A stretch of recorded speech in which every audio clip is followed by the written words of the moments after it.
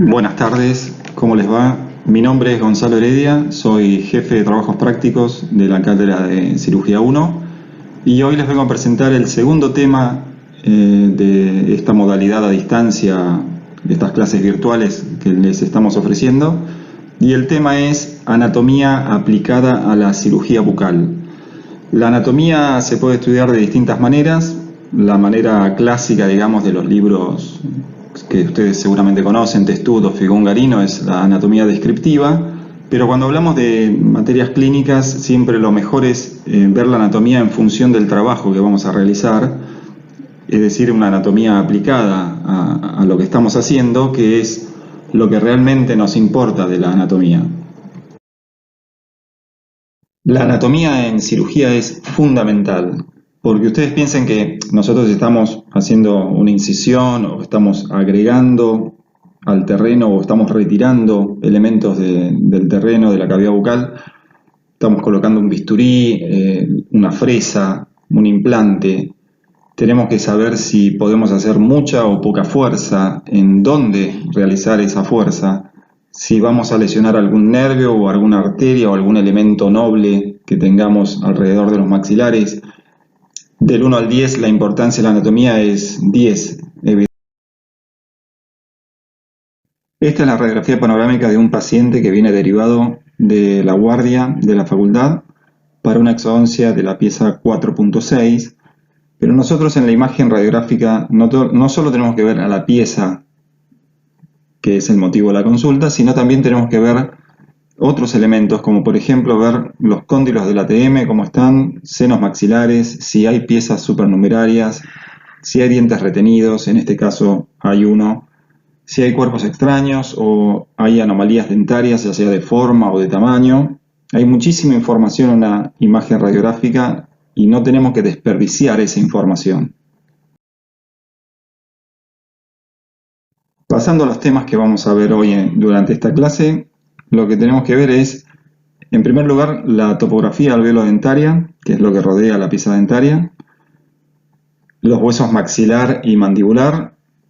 En segundo lugar, vamos a ver la relación de las piezas con estructuras vecinas, que son importantes, como seno maxilar, nervio alveolar inferior y la articulación temporomandibular. En tercer lugar, la relación con los espacios vecinos, como fosa pteriomaxilar, espacio pterigomandibular, piso de boca, fosa submaxilar. Y por último, en cuarto lugar, vamos a ver la relación de cavidad bucal con laringe y faringe. Empezamos con el primer contenido, que es topografía alveolo-dentaria.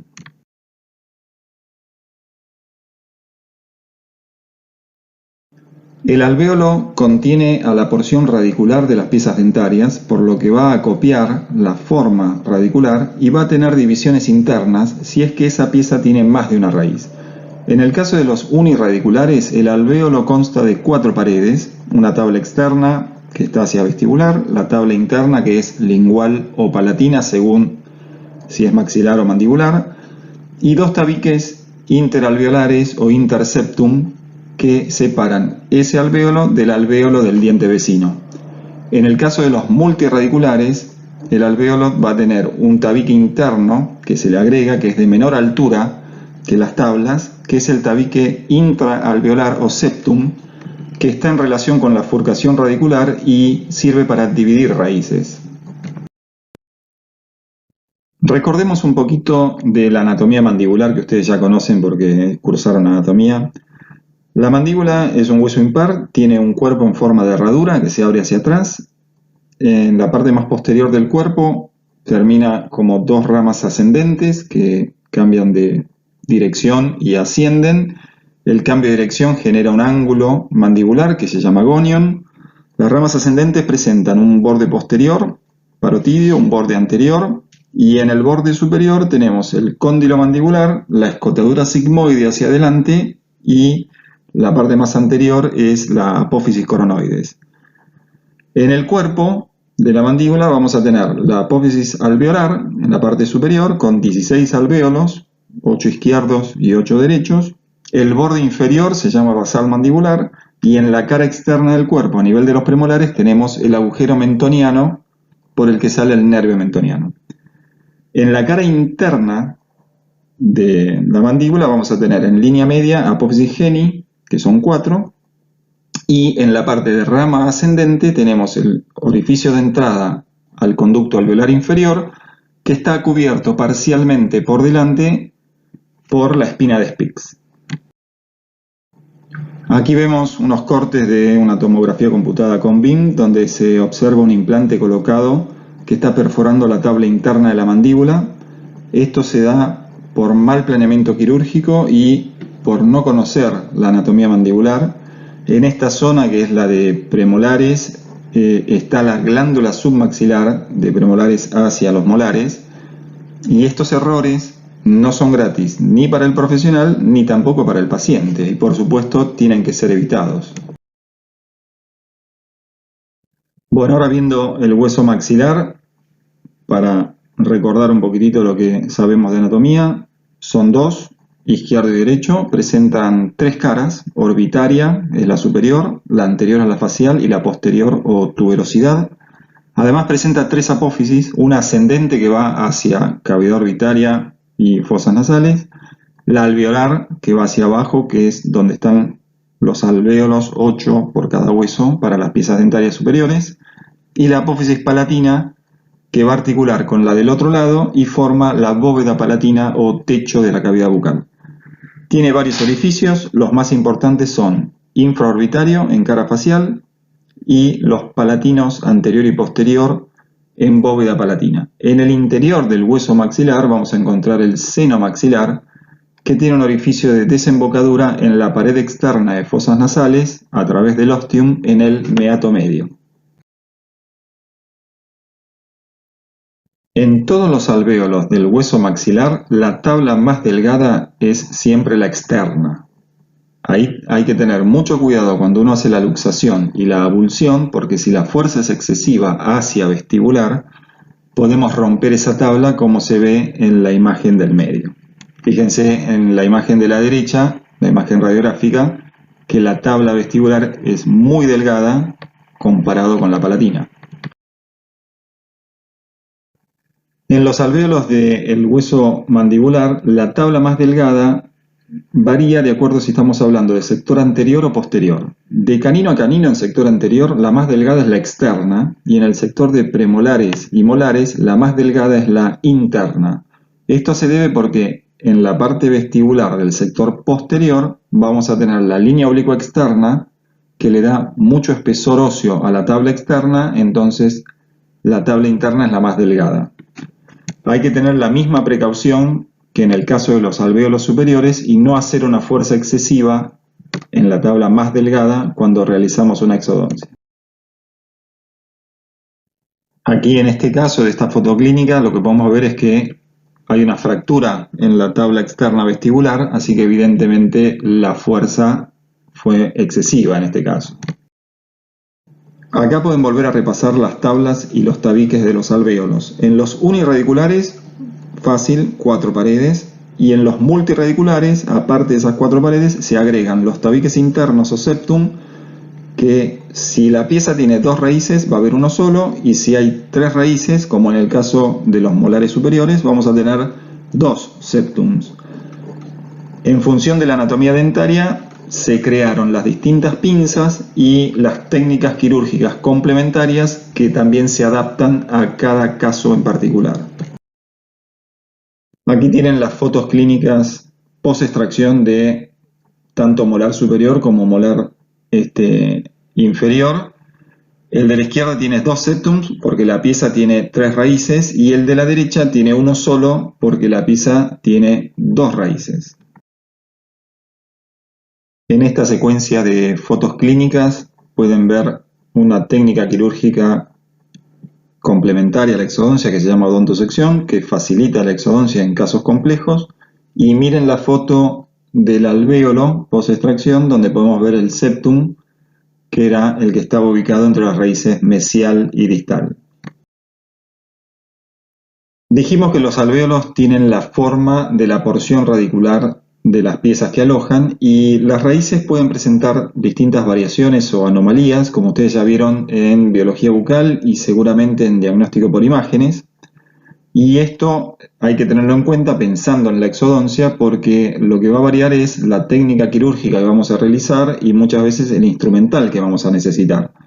Aquí ven varios ejemplos en los dibujos de abajo de anomalías radiculares. Acá pueden ver un molar superior que presentaba una marcada dilaceración radicular. Esto obviamente dificulta la exodoncia y es fundamental para prevenir complicaciones el estudio preoperatorio de la imagen radiográfica para así poder planear bien la técnica quirúrgica.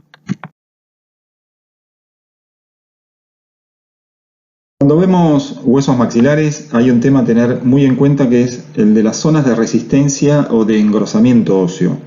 Estas zonas son generadas por distintos motivos, puede ser la tracción muscular, la anatomía del propio hueso, por la anatomía radicular de la pieza que está en esa zona y también por la oclusión. A mayor engrosamiento y corticalización, la difusión de la anestesia es menor y además hay mayor resistencia a la luxación. Un ejemplo de estas zonas es en el hueso maxilar la eminencia canina y la cresta cigomato-alveolar a nivel del primer molar superior, y en la mandíbula, en vestibular de los molares, la línea oblicua externa es otro muy buen ejemplo de esto. En el maxilar vamos a tener como estructuras a tener en cuenta las arterias palatina descendente y esfenopalatina, y el seno maxilar, que es una cavidad neumática, y las fosas nasales. En mandíbula vamos a tener dos nervios importantes, que son alveolar inferior y lingual, y como tercer elemento a tener en cuenta tenemos la articulación temporomandibular. Acá podemos ver dos esquemas. El de la izquierda es el de la arteria esfenopalatina, que se distribuye en zona de cornetes y meatos de fosas nasales, o sea, pared externa de fosas nasales. Proviene de lo que es la fosa pterygomaxilar, y en el esquema de la derecha vemos el territorio de irrigación de la arteria palatina superior, que va a descender desde el conducto palatino posterior, también viene de fosa pterygomaxilar, y se distribuye hacia adelante por la bóveda palatina hasta la zona del canino aproximadamente.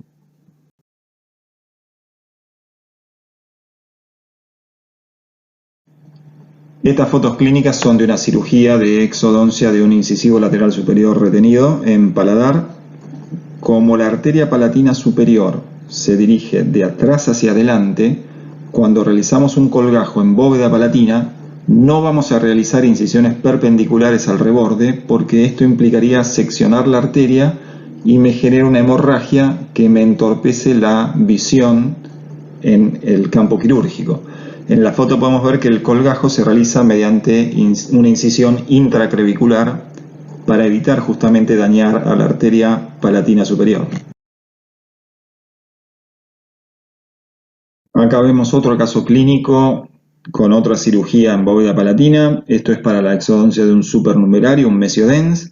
Y fíjense que también acá la incisión es intracrevicular, respetando el territorio de irrigación. Siguiendo con las estructuras nobles vecinas relacionadas con el hueso maxilar, vamos a hablar del seno maxilar. Con respecto al piso del seno maxilar, los ápices de las piezas superiores que tienen mayor relación, o sea que están más cercanas al piso, son el segundo molar, luego viene el primer molar superior y por último los premolares. El tercer molar, por lo general, no está muy cerca del piso, salvo que esté retenido y que esté en una posición muy alta. Miren la radiografía de la derecha, la línea amarilla curva es el piso del seno y en celeste se delimitó las raíces de las piezas dentarias, y si yo veo la imagen, aparentemente los ápices del primer y segundo molar estarían dentro del seno, pero hay ligamento periodontal, por lo que en estos casos lo que nosotros tenemos es que el hueso interápico sinusal acompaña a los ápices y se generan pequeñas convexidades en el piso del seno. De todas maneras, este hueso es muy delgado y podemos, si hacemos mucha fuerza, impulsar una raíz dentro del seno. Así que cuando hay que hacer exodoncias con elevadores de restos radiculares superiores de sector molar, tengan mucho cuidado en el tipo de fuerza que realizan y en la dirección de la fuerza para no impulsar las raíces hacia el interior del seno. Acá tenemos dos radiografías panorámicas. Miren la de la izquierda. Dentro del círculo van a ver que hay una raíz, hay un elemento extraño que no debería estar en el seno maxilar, que está bastante alta, justo por debajo del piso de órbita. Y en la panorámica de la derecha podemos ver un implante de titanio que había sido originariamente colocado en zona de premolares y había tan poco hueso que al enroscarlo siguió de largo y fue impulsado hacia el interior del seno maxilar. Acá tenemos otro caso clínico donde en la tomografía que se ve a la izquierda hay un elemento extraño dentro de un seno maxilar y el seno maxilar está ocupado, o sea, tiene una sinusitis. Y en la foto de la derecha se ve que se realiza una cirugía a través de la pared anterior del seno maxilar y se retira el cuerpo extraño que era un premolar. Acá pueden ver algo que es muy poco frecuente, que es la impulsión de una raíz a fosa nasal. Como pueden ver en la imagen de la derecha, la raíz está en el piso de fosa nasal por debajo del meato inferior. Es muy poco frecuente, pero evidentemente puede llegar a pasar. Con respecto a la relación de mandíbula con estructuras nobles vecinas, son todas relaciones nerviosas. Nervio alveolar inferior, nervio lingual y el agujero mentoniano, donde va a estar el nervio mentoniano. La relación de las piezas con el nervio alveolar inferior es principalmente a través del tercer molar y luego se van alejando los ápices hacia adelante, siendo los premolares una relación bastante lejana al alveolar inferior. Hay que tener cuidado en las exodoncias con quistes asociados de tercer molar cuando realizamos el curetaje porque pueden llegar a lesionar el nervio. Tengan presente en zona de premolares que está ahí el agujero mentoniano con el nervio mentoniano para el diseño de los colgajos. Siempre tienen que evitarlo. Dijimos que la relación principal del nervio alveolar inferior es con las raíces del tercer molar y aquí en esta radiografía retroalveolar se observa que ese tercer molar está bastante bajo y cuando se realiza la exodoncia podemos ver que el conducto nervioso había generado un canal en las raíces del molar. Siempre que van a hacer exodoncias de tercer molar retenido inferior que está bastante bajo y en contacto aparente con el conducto alveolar inferior, se indica siempre una tomografía computada con BIM para estar seguro de la posición del nervio con respecto a las raíces de ese molar. Acá en estas fotos clínicas pueden ver en el de la izquierda al nervio alveolar inferior, fíjense cómo se ve, y en la foto de la derecha ven el nervio mentoniano emergiendo del agujero mentoniano que va a estar generalmente entre primer y segundo premolar. Tengan cuidado con eso cuando hacen un colgajo vestibular en zona de premolares. A veces el contacto del conducto alveolar inferior es tan íntimo con los ápices del tercer molar inferior como en este caso, que se puede ver que hay una concavidad, ahí está marcada con las flechas celestes. Quiere decir que está directamente, los ápices están apoyados en el conducto alveolar inferior. Además de tener en cuenta el nervio alveolar inferior, cuando se trabaja en mandíbula tenemos que recordar el trayecto del nervio lingual. Este viene descendiendo desde la región infratemporal, se ubica por delante del nervio alveolar inferior y pasa muy cerca del ángulo distogingival del tercer molar. Por este motivo, nunca vamos a realizar descargas o fresados en lingual de ese molar. En la foto de la derecha vemos cómo la descarga se realiza hacia vestibular. Recuerden que en esa zona la rama mandibular se dirige hacia afuera. Miren en la foto de la derecha el nervio lingual, como se ve, ahí se levantó un colgajo y se puede observar perfectamente. Recuerden, nunca realicen incisiones perpendiculares en tabla lingual. También cuando trabajamos en mandíbula, recuerden que la articulación temporomandibular es una estructura noble que está a cierta distancia de donde estamos trabajando, pero que cualquier fuerza que realicemos en mandíbula va a repercutir en lo que es la articulación. Siempre, siempre tomen la mandíbula cuando realicen una exodoncia para protegerla y evitar luxaciones. Acá pueden ver un caso de luxación de articulación temporomandibular. Esta luxación es posterior a lo que es la tensión odontológica. Y vean el mentón cómo está desviado hacia el lado izquierdo. Como para terminar con el segundo tema, que es estructuras nobles vecinas, y antes de pasar al tercer tema, podemos aprovechar esta panorámica para que ustedes la miren y reconozcan y encuentren distintos accidentes o elementos anatómicos, como por ejemplo conducto alveolar inferior, agujero mentoniano, fosas nasales, senos maxilares, sínfisis mentoniana, línea oblicuoexterna, conducto nasopalatino, fosa pteriomaxilar o el accidente que ustedes quieran recordar de lo que fue la cursada de diagnóstico por imágenes. Bueno, pasamos al tercer tema, que es la relación con espacios vecinos. Estos espacios van a ser espacio pterigomandibular, que ustedes ya lo deben conocer porque es donde se realiza la anestesia troncular del alveolar inferior y del nervio lingual. La fosa pterigomaxilar, que está por detrás de la tuberosidad. El piso de boca y el espacio submaxilar, que es donde está la glándula submaxilar. Acá podemos ver el espacio pterigomandibular en una vista posterior. El espacio se forma por cara interna de rama ascendente de la mandíbula y cara externa de músculo pterigoideo interno.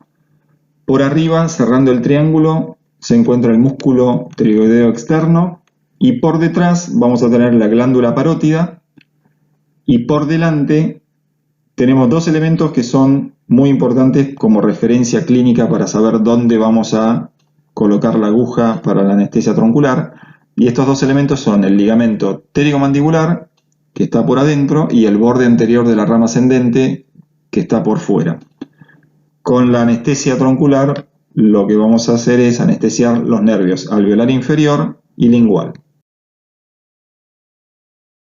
Acá vemos en lo que es las fotos clínicas de la anestesia troncular para piezas inferiores.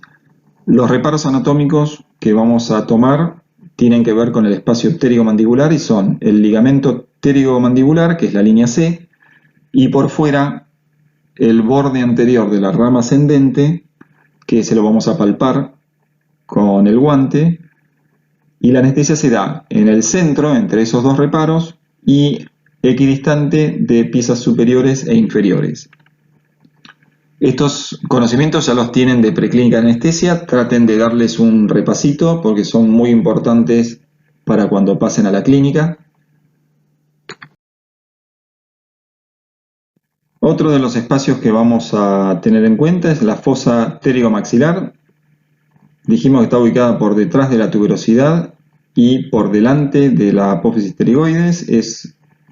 Tiene una forma, digamos, de lágrima invertida. Ahí en el esquema lo ven pintada de azul. Forma de pirámide cuadrangular con base superior y vértice inferior. Se ubica por fuera de las fosas nasales, o sea, es externo a fosas nasales, y es interno con respecto a la fosa infratemporal o fosa cigomática. Acá vamos a encontrar al nervio maxilar superior, que está bien arriba, bien alto, en la fosa pterigomaxilar, y a la arteria maxilar interna, que va a dar varias colaterales dentro de la fosa pterigomaxilar. En estos esquemas podemos ver la fosa pterigomaxilar, que está ubicada siempre atrás de la tuberosidad, o sea, atrás del alvéolo del tercer molar superior y hacia arriba, y está por delante de la apófisis pterigoides, que es del hueso esfenoides. En el esquema del medio se observa perfectamente la ubicación y el tamaño que tiene y a qué distancia va a estar de lo que es el alvéolo del tercer molar. Es imposible que el tercer molar entre en fosa pteriomaxilar porque no tiene el tamaño como para alojar un tercer molar. Sí, lo que vamos a tener en cuenta es que ahí, y en la imagen de la derecha lo pueden ver, va a estar la arteria maxilar interna, que es una arteria que tiene bastante caudal de sangre y que puede generar, si hay algún tipo de sangrado, genera un sangrado bastante profuso. Acá vemos cómo está formado el piso de boca, que es una pared muscular formada por el músculo miloioideo y recubierto por la mucosa lingual. ¿Qué vamos a encontrar aquí? En línea media, el frenillo lingual. A ambos lados de la inserción del frenillo, dos pequeñas elevaciones circulares que son la desembocadura del conducto de Wharton, de la glándula submaxilar, las glándulas sublinguales, el fondo de surco lingual, el torus lingual, que puede estar presente o no, y el músculo genioideo, que se encuentra por arriba del miloioideo, y hacia atrás el borde posterior del miloioideo va a formar con la pared externa del músculo hiogloso, músculo de la lengua, van a formar el hiatus submaxilar. El hiatus submaxilar comunica piso de boca con algo que está hacia atrás y abajo, que es la fosa submaxilar, donde está la glándula submaxilar. Es una zona posible de comunicación de infecciones odontogénicas que están en piso de boca y pasan a cuello. En piso de boca podemos llegar a tener cuerpos extraños, impulsión de raíces o piezas dentarias enteras. En la radiografía que ustedes ven a la derecha podemos ver que en piso de boca había una pieza dentaria similar a un canino. Dijimos que la comunicación entre piso de boca y fosa submaxilar era el hiatus submaxilar. Acá lo vemos en esta foto clínica. El instrumento está apoyado sobre la cara externa del músculo hiogloso y en la flecha de arriba ven donde está marcado el borde posterior del miloioideo. Ahí donde está el instrumento es el hiatus submaxilar. Y en el esquema de abajo a la derecha van a poder ver, es un esquema transversal, el miloioideo yendo de línea oblicua interna hacia el hioides y el otro músculo que está ahí formando la B corta es el hiogloso, cuya pared externa corresponde al hiatus submaxilar. Por ahí vamos a tener que discurre, entre otras cosas, el conducto de Wharton y el nervio lingual. El espacio submaxilar está ubicado ya en lo que es la zona o región cervical, en cuello, por debajo del músculo miloioideo y comunicado con piso de boca, como dijimos, por el hiatus submaxilar. En este espacio vamos a encontrar a la glándula submaxilar, glándula salival, cuyo conducto de desembocadura es el de Wharton, que termina a ambos lados del frenillo lingual. Acá pueden ver mejor la ubicación de la glándula submaxilar con respecto a la cara. En la imagen de la izquierda está en una posición inferior a la basal mandibular, en región cervical. Está pintada en la imagen de rosa la glándula submaxilar y se relaciona por dentro con la arteria facial y por fuera con la vena facial. Y tiene los ganglios submaxilares que pueden ver que están por delante, adentro y por detrás de la glándula submaxilar. Y en la imagen de la derecha, en ese esquema, el triángulo que contiene a la glándula submaxilar, que es el espacio submaxilar, está pintado de verde. Un tema a tener en cuenta cuando hablamos de espacios vecinos y piezas dentarias es el largo de las raíces y las inserciones musculares.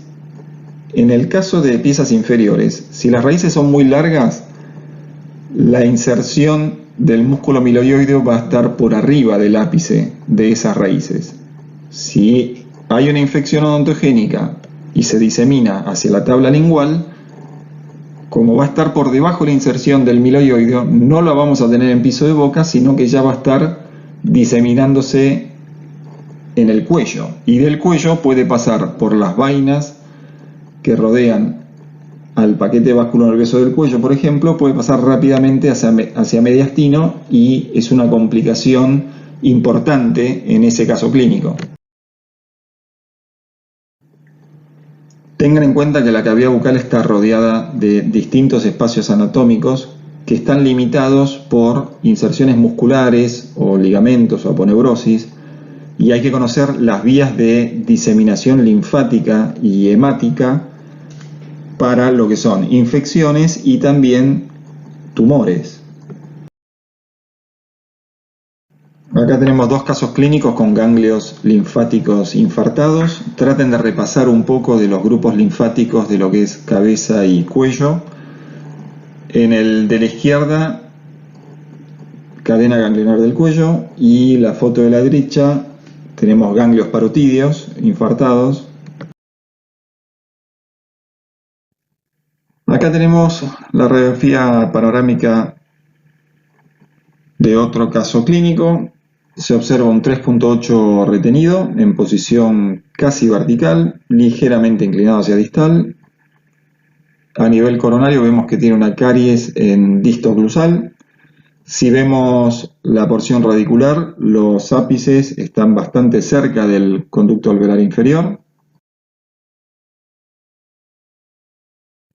Al momento de realizar la exodoncia, se impulsa la porción radicular luego de hacer la odontosección hacia lingual y queda alojado en la zona de glándula submaxilar. Se tiene que realizar una segunda intervención para eliminar este resto radicular. Tengan en cuenta que la tabla lingual en la zona de molares es muy delgada y cualquier caso de fractura de tabla intraoperatoria puede llegar a impulsar el resto radicular o la pieza dentaria hacia piso de boca. Pasamos entonces ahora al último tema del día de hoy, que es la relación de la cavidad bucal con laringe y faringe.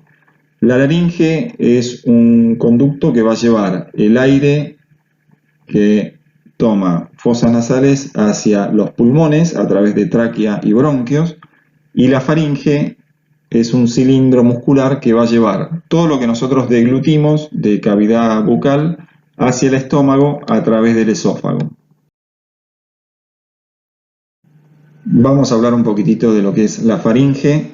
Cuando nosotros tenemos algo en la boca y lo estamos masticando, gracias a la saliva se forma el bolo alimenticio, y cuando deglutimos, que es cuando pasa el istmo de las fauces hacia atrás, lo que está en la boca pasa a orofaringe, luego desciende hacia el esófago y por último llega al estómago. La faringe está formada por tres músculos constrictores de la faringe, superior, medio e inferior. La laringe, por otra parte, se ubica por delante de la faringe, es anterior a la faringe, va a estar formada por cartílagos, músculos y ligamentos. Los cartílagos más conocidos, digamos los más grandes, son tiroides y cricoides. Detrás de la lengua, de la base de la lengua, vamos a tener una tapita que es la epiglotis, que desciende y obtura el ingreso a la laringe, y esto sucede cuando nosotros estamos tragando al deglutir. Si no pasase esto, tenemos la posibilidad de que lo que estamos tragando, en lugar de ir hacia faringe y esófago, estómago, vaya hacia laringe, tráquea, bronquio, pulmón.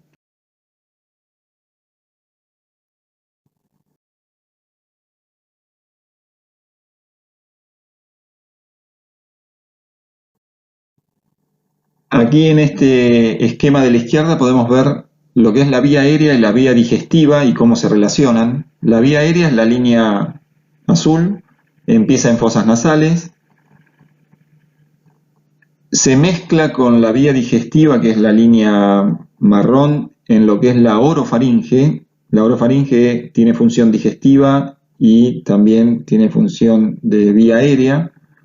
Y cuando llegamos a la zona de la epiglotis, la vía aérea, que es la línea azul, se dirige hacia la laringe, que está por delante, y lo que es la vía digestiva continúa por el esófago. En este lugar es muy importante lo que les dije recién, que es la acción de la epiglotis. Cuando vamos a tragar, la epiglotis desciende y también lo que vamos a tener es el velo del paladar ascendiendo para sellar lo que es la comunicación de orofaringe con fosas nasales, para que la comida o lo que sea que estamos tragando no vaya hacia fosas nasales. Al tener tapado mediante el velo el ingreso a fosas nasales y mediante la epiglotis el ingreso a la laringe, lo que estamos tragando, la única opción que tiene es dirigirse hacia el esófago. Ahora, ¿qué pasa cuando tragamos algo que no es lo que queríamos tragar? Cualquier elemento que está en cavidad bucal, cuando llega al istmo de las fauces, que es pilar anterior del velo, del pilar anterior del velo hacia adelante nosotros podemos evitar lo que es la deglución. Del pilar anterior del velo hacia atrás no hay manera que lo evitemos porque la deglución es automática, es un reflejo. Esto puede pasar con un caramelo, un chicle, con un perno, una corona. En el caso de la foto ven que es una prótesis removible de 3 piezas. Puede pasar con una lima de endodoncia.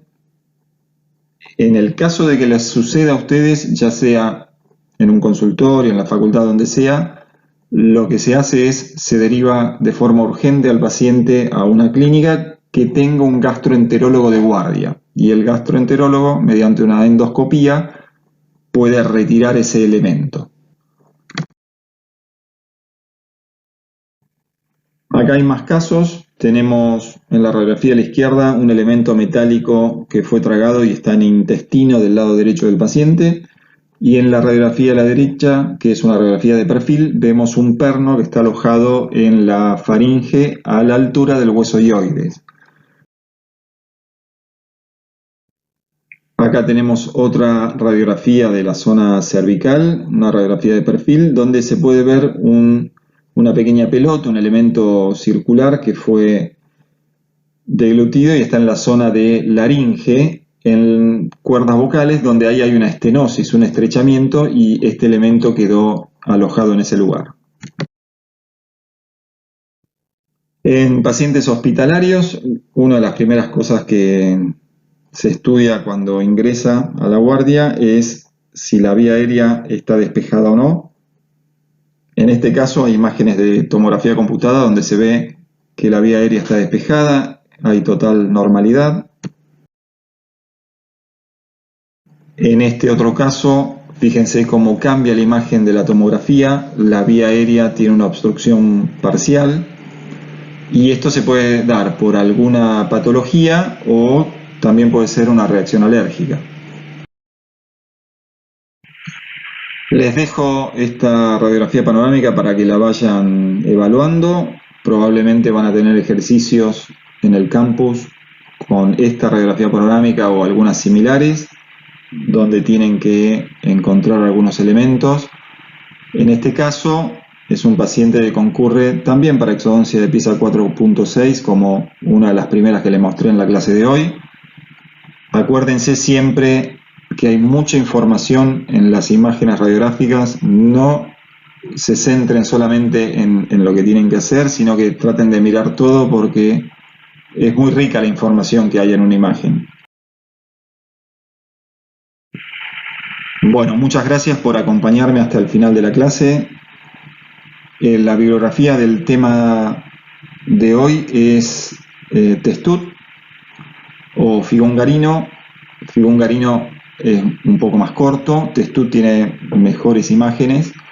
Y si no, la Target Ruiz-Liard. La Target tiene la terminología moderna, nueva. El Testut y el Figungarino tienen la terminología anatómica clásica que ya va quedando en desuso. Y finalmente les dejo la cartelera virtual, que es en estos días muy importante y es la única vía de comunicación. Ahí tienen la dirección de email, obviamente el campus por el cual están accediendo y las direcciones de Facebook, Instagram y Twitter. Muchas gracias.